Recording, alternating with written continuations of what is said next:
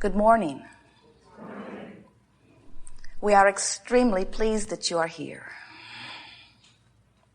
It is good to come together for the purpose of co-creating. Do you agree? You are knowing what you are wanting, for the most part. You are enjoying how that evolves.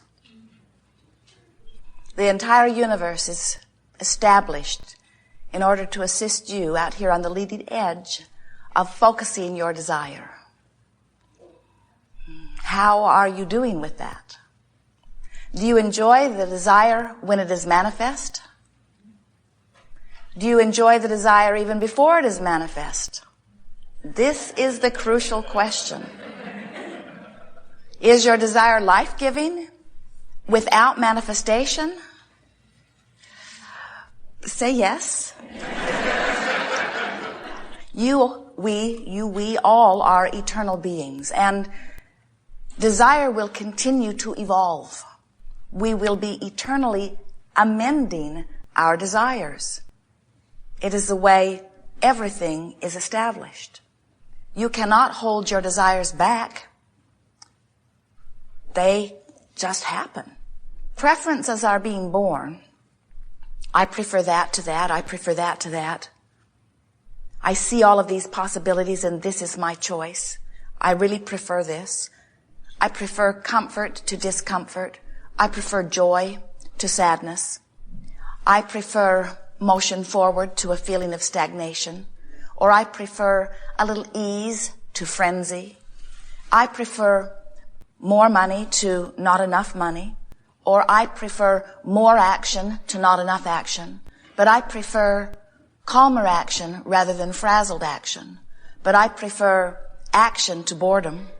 In other words, you are constantly in every moment at all kinds of levels of your being, even cellular levels, speaking preference. And source energy hears every preference at its subtle or broad definition and responds to it immediately. The question is, how much in alignment are you with your preference? If you have been banging around in a situation that is causing you to very clearly state your preference, you want more money, or you want a different physical condition, you want to be well rather than sick, or you want to have prosperity rather than debt. As that preference shoots from you, if you are feeling so much the discomfort of your sickness or of your debt or of your dilemma, then you are not in that moment a match to your own desire. So even though you have stated it clearly, vibrationally, maybe even with your words, if you are not a vibrational match to what you're asking for, you cannot let it in. And if you're not letting it in, then you're not living it. And if you're not living it, it isn't because you don't want it. It isn't because you haven't preferred it. It isn't because law of attraction isn't working well. It isn't because you are being put into a category of inappropriate or unworthy, and therefore you are being deprived of it. It is for only one reason. You're not a match to what you want. Don't you love knowing that whatever you prefer, source energy responds? Sometimes our physical human friends have a hard time accepting that. Sometimes when we say, when you ask it is given, we can feel you feeling something like, well, it would be all right if I get what I'm asking for, but some people are asking for some things that I just assume they don't get.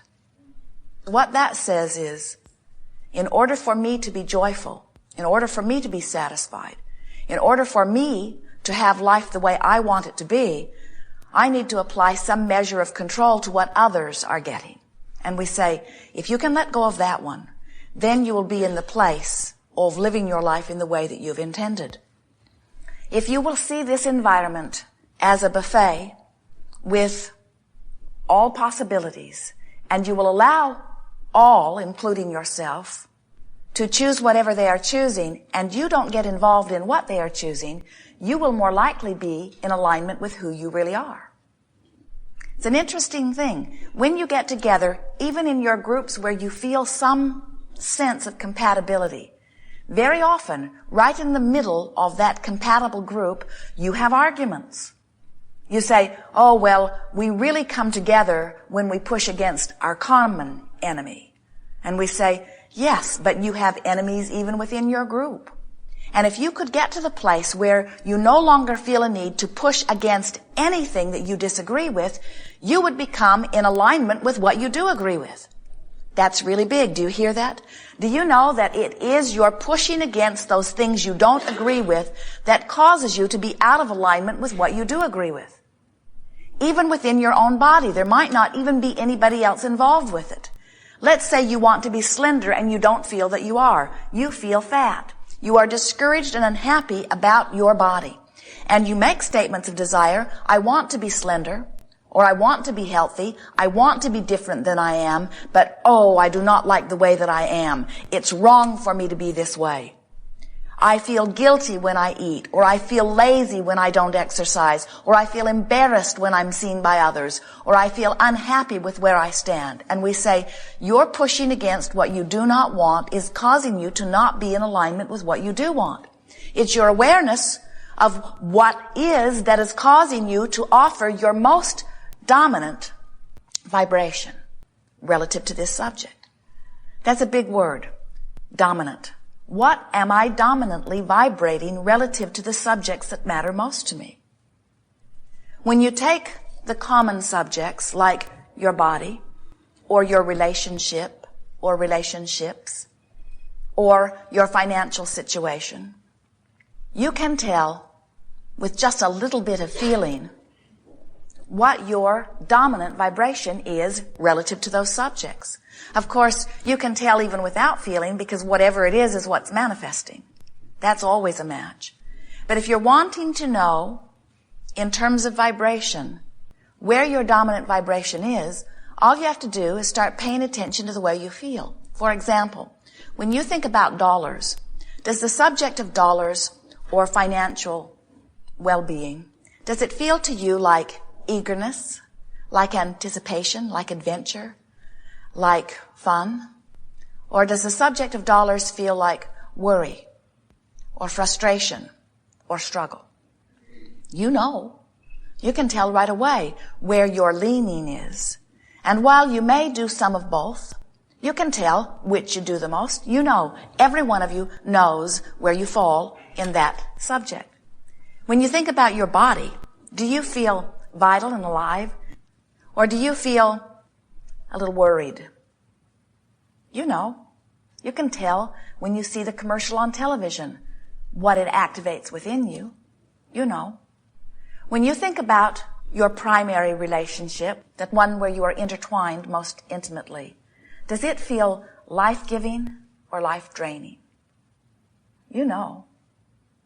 Through time and through your association with your life experiences, you have developed patterns of vibration, some of which are serving you enormously well, and some of which are flat out not a match to what you want. If what you desire and what you dominantly offer vibrationally relative to that subject don't match, then your desire cannot come to fruition. But something even more important than that, you don't feel good on your way to its fruition.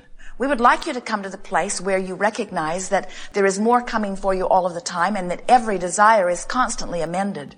And we would like you to know that so well that you can stand right here, right in this place of unfulfilled desires and feel wonderful about the unfulfilled desires because you know this will be the common, everlasting, eternal place where you will stand because there will always be unfulfilled desires. It's time to get over being upset about what isn't happening and to begin being exhilarated about what is happening or about the potential of that which is to come. As you lament what has not happened, you offer a vibration that won't let it happen because you can't match what you want and what you don't want at the same time. So if you feel fat and that is your dominant vibration, it doesn't matter what you do. It can't change because vibrationally you are not allowing yourself to be where you want to be. So, do you have to think about being slender in order to be slender? Do you have to think about being prosperous before you are prosperous? No. But you can't feel bad about not being prosperous, and you can't feel bad about not being slender. In other words, you cannot be in the resistant mode. You've got to be in a mode of feeling good in order to allow that which you consider to be good to come to you. So when we talk about your dominant vibration, we are not talking about holding yourself tenaciously upon thoughts and not allowing yourself to ever think toward a certain thought in a certain way. What we are suggesting is that you just begin to relax and lighten up and be more free and easy about more things, and trust that the things that you have identified preferences about are known by all that is, are being organized in terms of circumstances and events, and if you will just chill out and lighten up and get into a place of no longer resisting, those things will come to you. It's a matter of deactivating the vibration that you don't want. Now that's tricky. We said that to you in a way that you would understand it. We also said it to you in a way that does not work. And here's what we mean. You cannot deactivate a thought. You say, all right, I feel fat and I want to be slender, so I have to deactivate the feeling fat.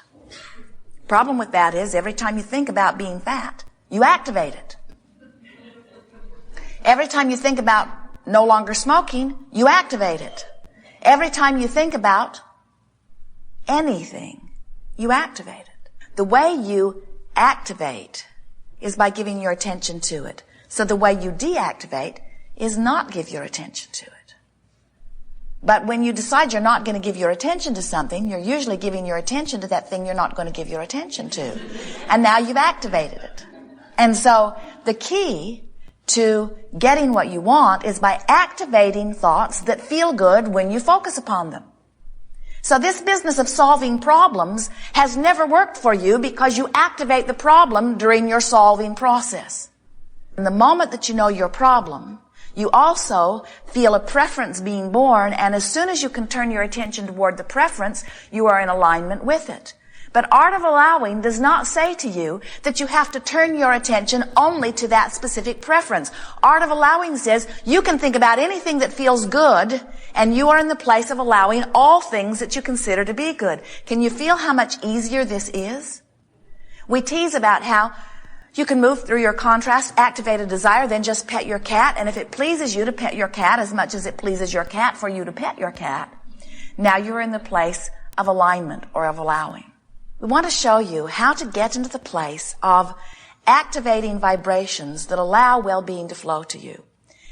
And we want to introduce to you a process that you may have used many times under other titles. Today we are going to call it virtual reality, because we want you to begin to use this process called virtual reality for one purpose and one purpose only. It's not to remind the universe that you've been asking for it and it's time that it shows up. It's not a workshop where you mold things into place. Virtual reality process is the process where you practice the activation of a vibration that allows. Most of you are not consciously aware of how or when you picked up your vibrations that don't allow. Most of you were very little when you began having some of those feelings, and most of those feelings felt normal in the environment in which you were living because those around you were feeling them and expressing them to you and teaching them to you. So little by little by little by little, you have developed the vibration relative to these subjects that you are currently walking around with. And it's going to take some practice to move those vibrations into different places. And that's what this process of virtual reality will do.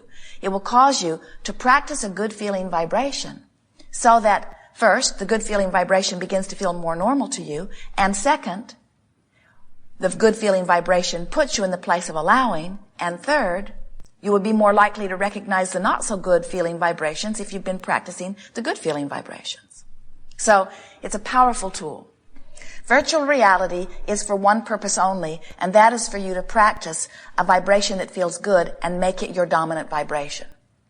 The virtual reality process is a process whereby you find something that feels good and you practice it until it becomes your most normal, dominant vibration.